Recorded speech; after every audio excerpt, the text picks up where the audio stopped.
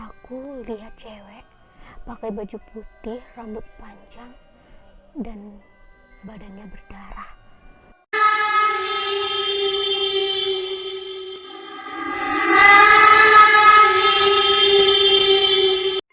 Halo guys, assalamualaikum warahmatullahi wabarakatuh. Kembali lagi di FJ Live. Jadi hari ini aku bakalan berada pada segmen cerita horor, dan hari ini aku bakalan membahas tentang kasus kos-kosan angker di Purwokerto. Seperti apa ceritanya? Langsung saja ke videonya. Cerita ini bermula dari 3 orang mahasiswa yang kala itu merupakan mahasiswa di salah satu universitas negeri di Purwokerto. 3 orang mahasiswa ini sebut saja dengan nama Junu, Jono, dan Jaka. Mereka bertiga ini ngekos di salah satu kos-kosan yang berada bisa dikatakan jauh dari jalan utama. Jalan menuju kos-kosan ini mereka harus memasuki gang kecil, melewati pemukiman penduduk, lalu melewati gang lagi dan dikelilingi oleh kebun-kebun warga.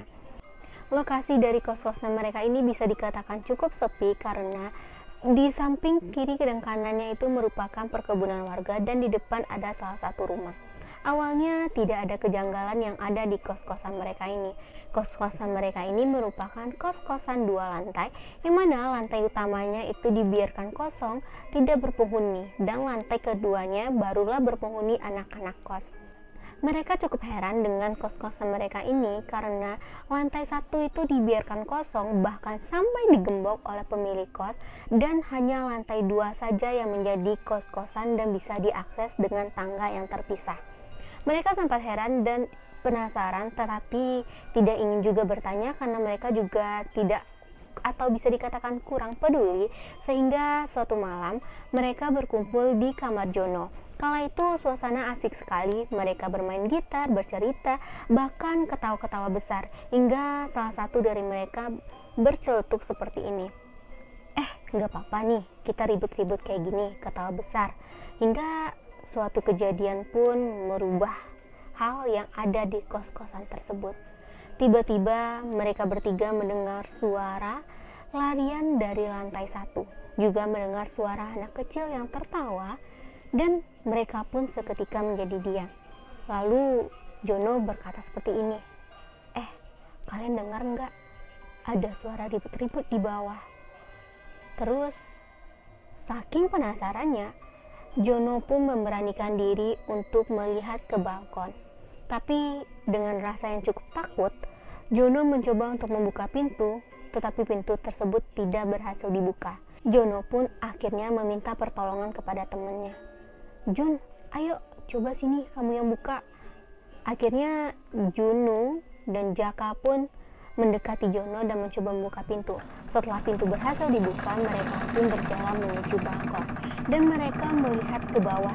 Nyatanya tidak ada satu orang pun yang ada di bawah. Bahkan kalau dipikir dengan logika, tidak mungkin anak kecil tengah malam masih berkeliaran di bawah. Mau lihat kiri kanan juga nggak mungkin, karena kiri kanan itu merupakan perkebunan warga.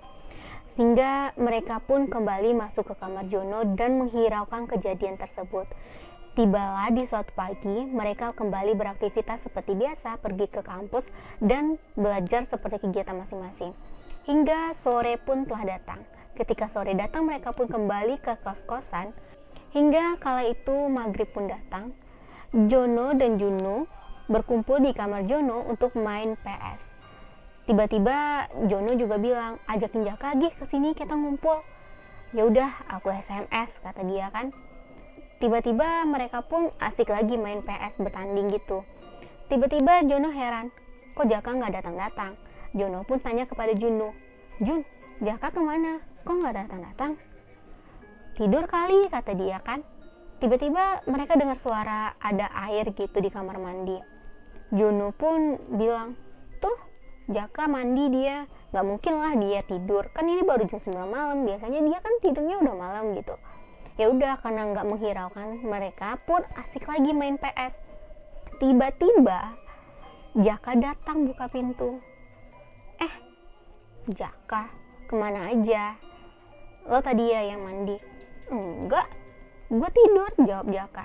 Gue nggak ada mandi kok, gue abis kampus langsung tiduran, kata dia kan. Tiba-tiba suara guyuran air berbunyi lagi di kamar mandi. Sontak mereka kayak lirik-lirikan gitu kan. Pas lirik-lirikan mereka sepakat, ayo kita lihat ke kamar mandi, siapa yang ada gitu. Habis itu mereka bertiga pun jalan menuju kamar mandi. Kamar mandinya itu melewati lorong. Mereka jalan ke kamar mandi, lalu yang bikin mereka kaget adalah pintu kamar mandi kebuka lebar. Gak ada satupun orang yang mandi. Ditambah lagi dengan keanehan gayung yang masih terletak di bak mandi. Gak ada basah. Ditambah lagi lantai kamar mandi kering sekering-keringnya, gak basah. Cuman ada satu keanehan dari kejadian ini, yaitu air di dalam bak mandi itu goyang-goyang. Kayak orang habis ngambil air kan pasti ada gerak-gerakan gitu. Lalu tiba-tiba Jaka kaget. Dia kayak kaget gitu loh, karena dia lihat ada cewek yang jalan di lorong pas dia lihat di kamar mandi. Terus Jaka bilang ke Jono, tadi aku lihat seseorang, kata dia. Nggak mungkin, mana ada orang, kita kan nggak bersama-sama. Enggak, beneran, aku lihat ada orang jalan. Terus Jono pun membenarkan, aku juga lihat, kata dia. Aku lihat cewek pakai baju putih, rambut panjang, dan badannya berdarah. Akhirnya mereka pun lari patah-patih keluar, gak balik ke kamar tapi langsung menuju tempat lain, tidak di kos-kosan tersebut. Hingga paginya datang, mereka pun penasaran siapa perempuan tersebut. Hingga mereka mencari tahu ada apa dengan kos ini, kenapa bisa ada kejadian tersebut. Hingga mereka pun mendapatkan suatu cerita bahwa dulunya kos-kosan putih tersebut merupakan kos-kosan untuk anak perempuan. Adalah salah satu anak perempuan yang ngekos di kos-kosan tersebut, sebut saja namanya Mawar.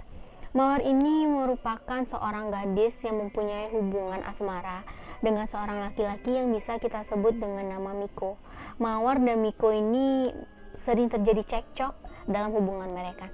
Hingga suatu hari Mawar merasa kalau Miko ini selingkuh dengan orang lain, tapi dia mencari cara agar hubungannya tidak putus. Karena perselingkuhan ini mulai tercium kencang, Mawar pun mencari cara agar Miko tidak memutuskan dia dan tetap bersamanya. Dengan cara Mawar mengaku hamil kepada Miko dengan memberikan sebuah tes pack.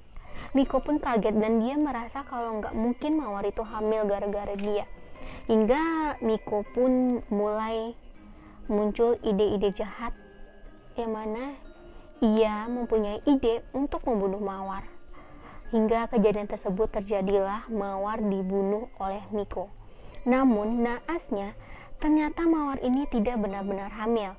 Dia hanya saja memberikan tes pack kakaknya kepada Miko bertujuan agar nanti Miko tidak memutuskan dia dan jalan dengan cewek selingkuhannya.